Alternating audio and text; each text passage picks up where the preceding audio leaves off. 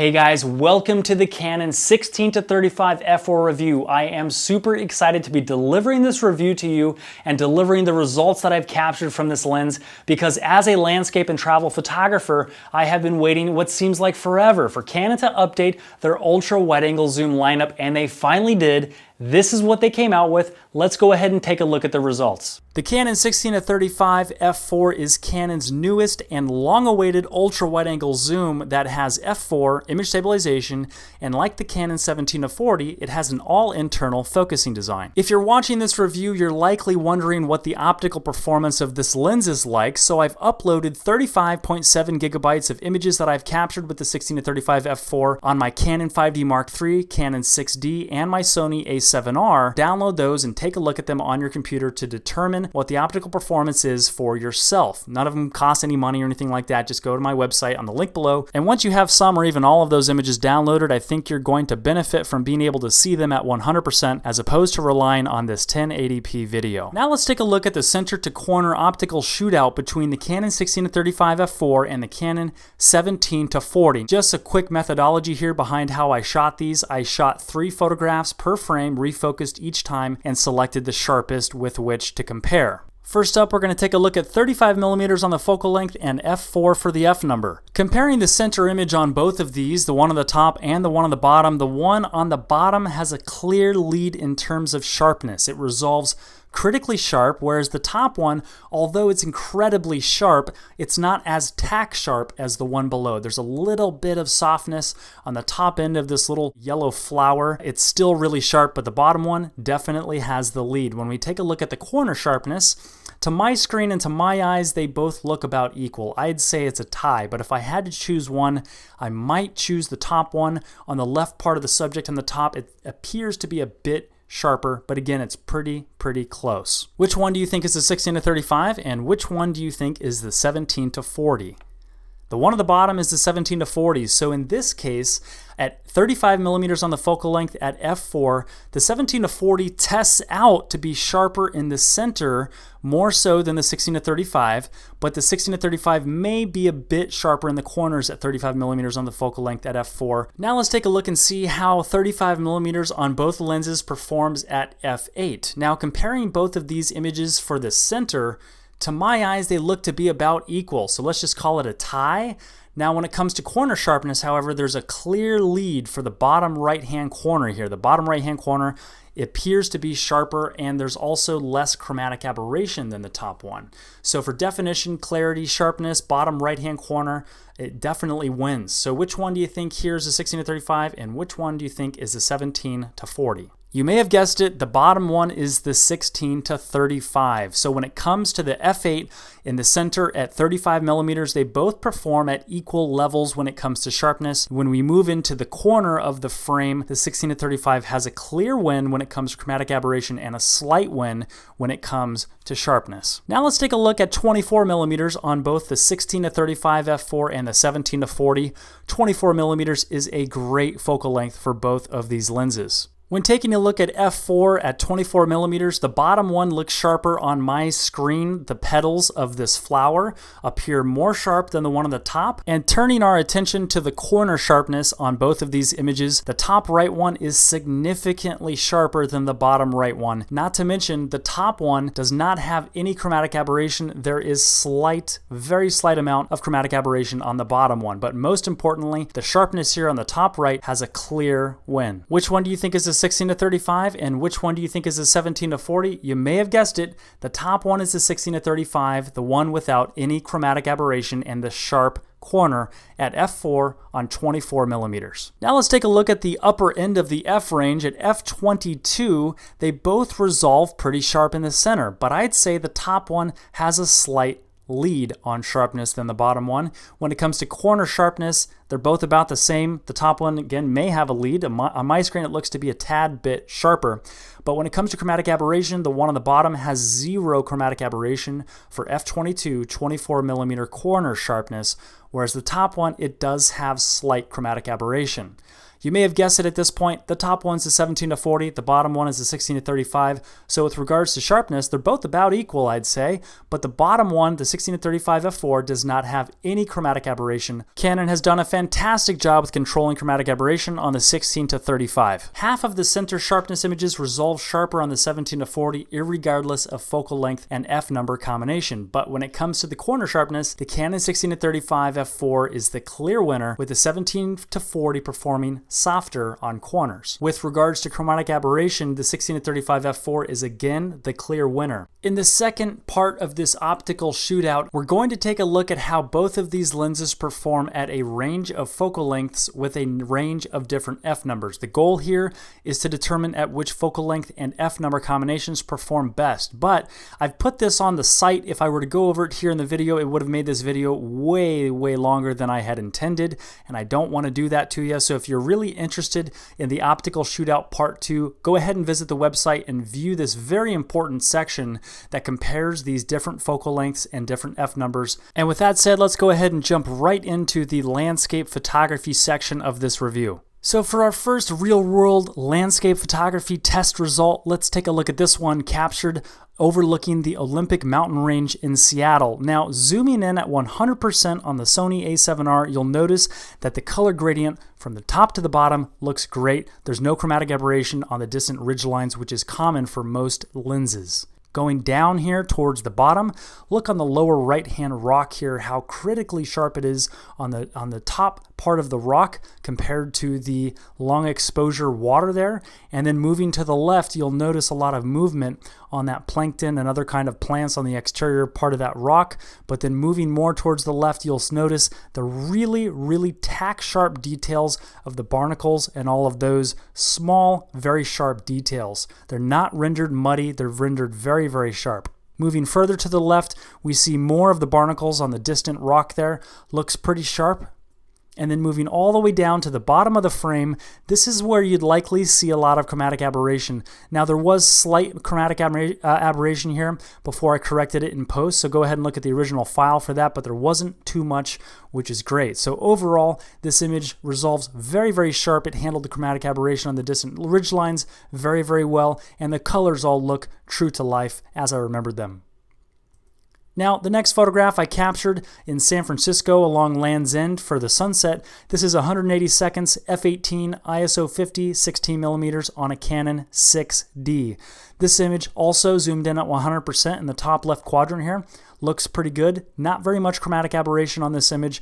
Notice the small bird on that distant rock. Very small details render very sharp on this lens, which is great. Now moving towards the center, this is I consistently see chromatic aberration on the 17 to 40 in this exact spot, but on this particular photograph, there really isn't any at all, not even on the original. Moving down now here to the lower right quadrant of the photograph, excellent details in the shadows, very sharp. This is stuff that typically looks muddy on a lens which doesn't resolve this sharp. Moving to the lower left, everything looks pretty good. Notice how the lower left is pretty sharp. So corner sharpness here translates into the real world very nicely. So overall, very sharp image, very little chromatic aberration. Very pleased with the performance of this lens on this particular photograph.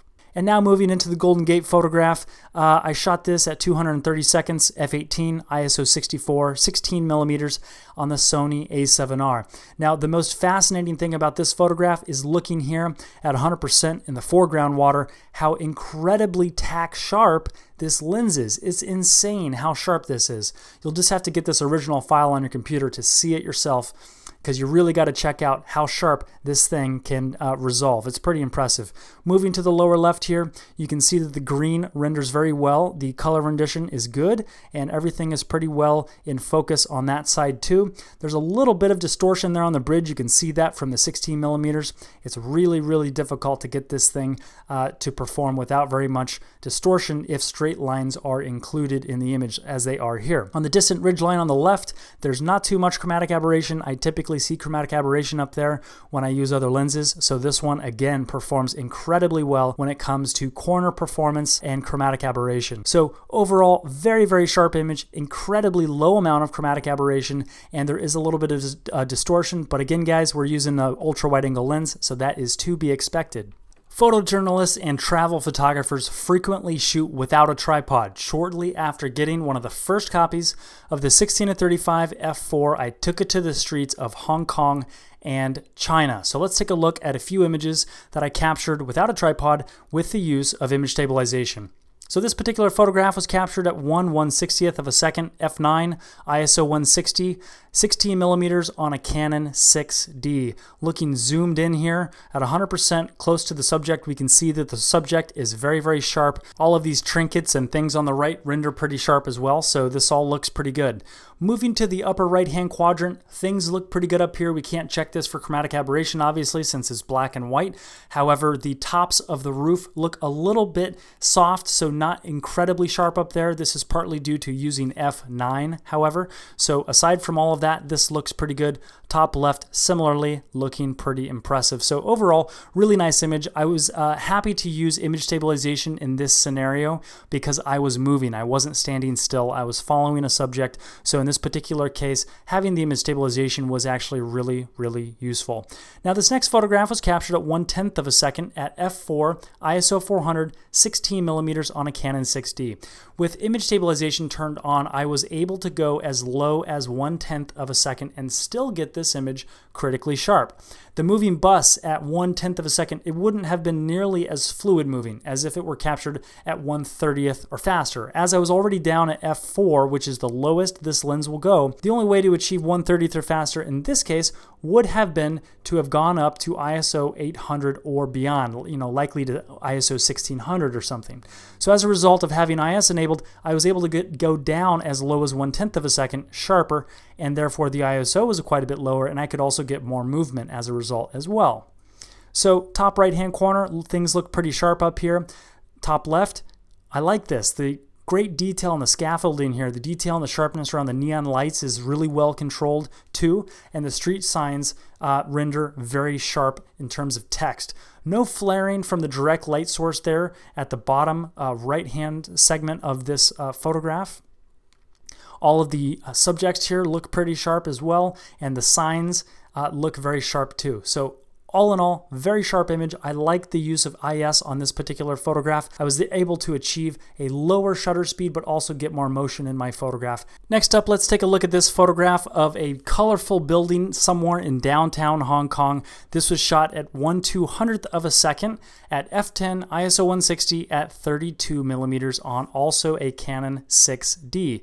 So I love the colors here. The sharpness is also very good. Using the f10, I was able to get sharpness throughout the frame, which is great. Now granted, this image was not captured on a Sony a7R, unfortunately, so we're unable to really dive in to all of this amazing detail. However, color rendition and center to corner sharpness with image stabilization make this a really fun test image, and it really showcases just how much detail you can get out of this lens, assuming of course you're at the right exposure settings while using image stabilization. While on the topic of image stabilization, let's take a look and see what it does for video. So on the left hand side here on all of these videos, you have non-stabilized, on the right with image stabilization.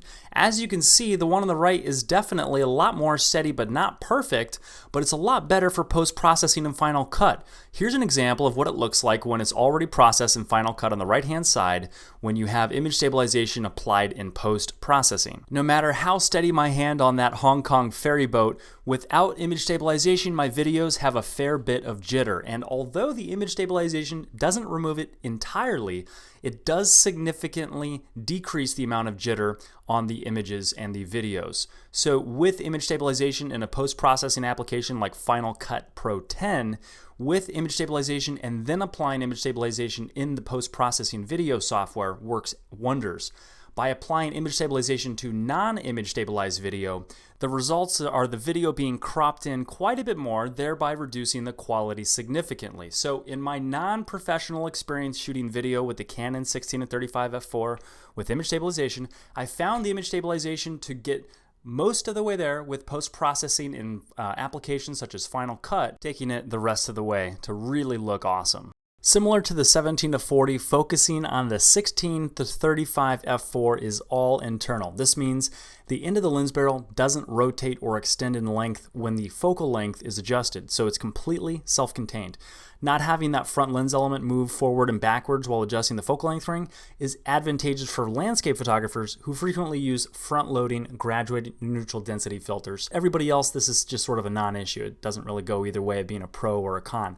The front lens element does, however, move forward and backwards within the confines of the lens enclosure, but it doesn't protrude beyond the end of the lens barrel. So as we'll learn here in a few, this is why Canon on page 2 of their instruction manual says that a UV filter is required to complete the weather sealing, which is on this lens. One of the advantages over the 17-40 f4 for landscape and travel photographers is that it is definitely a lot lighter. The 16-35 is heftier at 615 grams, whereas at the 17-40 at 475 grams makes it the smallest and lightest L lens that Canon makes. When it comes to the aperture, the 16-35 f4 has a 9-bladed rounded aperture design which produces 18-point starburst from specular highlights when using the higher f numbers like f18 to f22. The 17-40 meanwhile has a 7-bladed aperture producing 14-point starburst, although it's a very subjective thing. I prefer the 18-point starburst as found on the 16-35 f4's 9 rounded shutter blades. 77mm has been selected as the barrel thread size on the 16-35 f4, which I'm pretty happy about, as I've all but standardized my filters to 77mm, as it's the most common that I've found on the majority of my lenses. The Canon 16-35 f4 is constructed of plastic, and when compared to the 17-40, it has more of like a matte, non-glossy fit and finish. All of the design cues here come directly from other L lenses, so no real surprises here. The L series signature plastic red ring at the end is a bit more translucent on this lens than other L lenses, which is entirely aesthetic, but it's one of the first things that I noticed. Its size and weight are pretty hefty, so all in all, it's a very solid feeling and very well built feeling lens. With regards to functionality, the 16-35 f4's focusing ring operates at a much higher threshold than the 17-40. That is to say that the image is either in focus or out of focus over a smaller distance on the focus ring, making it easier and faster to get critically sharp. The focus ring is smoothly dampened. Even a delicate focus adjustment is smooth and very finely pitched, allowing for very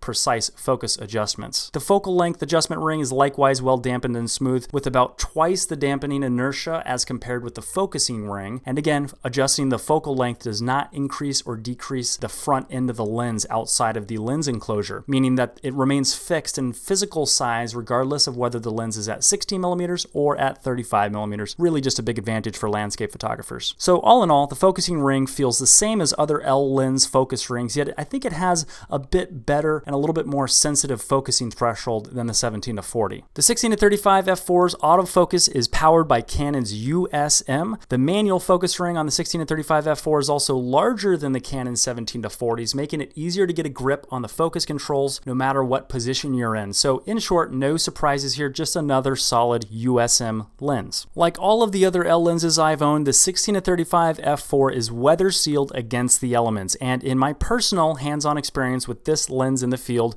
the weather sealing is there and it does actually work, and it works very well. I frequently shoot along the Pacific coastline, and unfortunately it's all too common for rogue waves to break all over the place, getting salt water annoyingly all over everything, lens included. On multiple occasions of getting completely wet, it has functioned perfectly fine once shaken off and dried. No moisture has yet to occur on the internals, as would be visible by shining a headlamp or a light down the front of the lens. Although the lens is quote-unquote weather sealed by Canon, Nikon, Sony, and Canon, all these guys recommend putting protective filters on for the purpose of completing the weather seal. On page 2 of their lens instruction manuals, Canon specifically states, without a weather seal, the lens is not dust or water resistant. Therefore, a UV filter just simply completes the weather seal to ensure proper functioning and performance, as well as just simply to ensure a long lens life. 24mm or beyond, I've yet to experience a problem with light fall off or vignetting when having UV filters on the front of my lenses. However, that's where this lens gets a little bit tricky. As I've mentioned before, the 16-35 f4 has inherent light fall off or vignetting without any filter attached at 16mm in the order of 1 to 2 stops. Although the manufacturers such as Canon, Nikon, Sony, all those guys indicate getting one of these UV filters in order to complete the weather sealing construction, with the 16-35 f4, it's really important to consider the filter frame frame thickness. At 16 millimeters, which is the widest focal length setting on the 16 to 35 f4, 4 millimeters seemed to be the magic number. At 4 millimeters or beyond, it started to add one additional stop to the already 1 or 2 stops that are inherent to this lens. At 6 millimeters and beyond of frame thickness, it started to add 2 to 3 stops. So in other words, you just gotta watch it. My recommendation is to find a UV filter with very high light transmittance, a very high quality multi-resistant coating, and ideally a nano coating layer, and most importantly, a frame thickness below 4 millimeters. Ideally 3.5 millimeters or lower, and ideally it's also double threaded. So the weather sealing on this lens, in my experience, performs very, very well even in the harshest of elements. Given a UV filter is used to complete the weather sealing, you are all set and you don't really have to worry about little moisture here and there or dust here and there. The lens is pretty rock solid and air and water tight. In conclusion, the 16 to 35 f4 resolves critically sharp throughout the frame in the center as well on the corners. In addition to resolving critically sharp throughout the frame, the 16 to 35 f4 has outstanding chromatic aberration performance, especially on corners. This lens also has great weather sealing, same as other L lenses, great autofocus, again, same as other L lenses. With 2 to 3 stops of real-world image stabilization, you are able to capture shots that you would ordinarily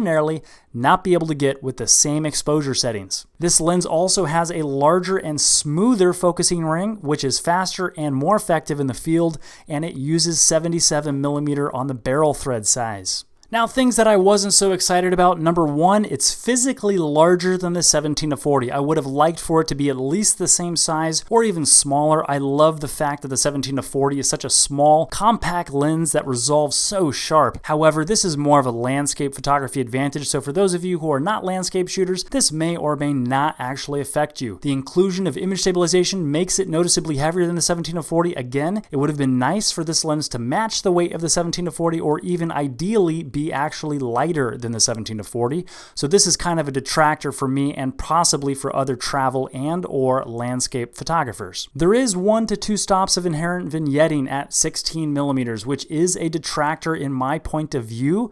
From my perspective, it would be great if they had control over this and there was no inherent vignetting on this lens at the widest focal length. And again, a UV filter with a frame thickness of 4 millimeters or more adds an additional 1 stop of light fall off, and frames at 6 millimeters and larger adds 2 stops of light fall off, so most of the UV filters out there that you may own will likely add to the light fall off, so be careful here on this one. Now, this last one's not necessarily a bad one, but for landscape photography, I love having the lens hood on backwards so as to protect the lens from the elements. I'm thinking specifically of salt water and all that kind of stuff that comes from shooting on the coast, and this particular lens hood that comes with this lens extends beyond the edge of the lens when backwards, and therefore you can't use a graduated neutral density holder with the lens hood on backwards. Again, this probably only affects landscape photographers, but there it is. If you're a Canon or Sony landscape and or travel photography in the market for a ultra wide angle zoom, and if you're looking to upgrade with whatever you currently have,